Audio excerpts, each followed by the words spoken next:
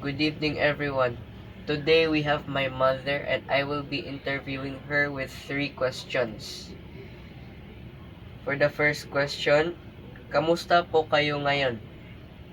Sa ngayon, kamamatay lang ng lolo mo, yung papa ko. Ito, nagpapakatatag. Ang ikalawa naman, ano ang isang bagay na nagpapasaya sa inyo lately? Nagpapasaya sa akin lately is pamilya. Napaka-importante ng pamilya. Hindi mo yan makikita sa labas ng bahay. May mga kaibigan ka nga, pero iba pa rin ang pamilya. Walang katulad sa pamilya talaga. Sila talaga ang masasandalan mo anumang oras. Ang last na question ko po ay, ano po ang payo ninyo sa akin bilang estudyante/anak?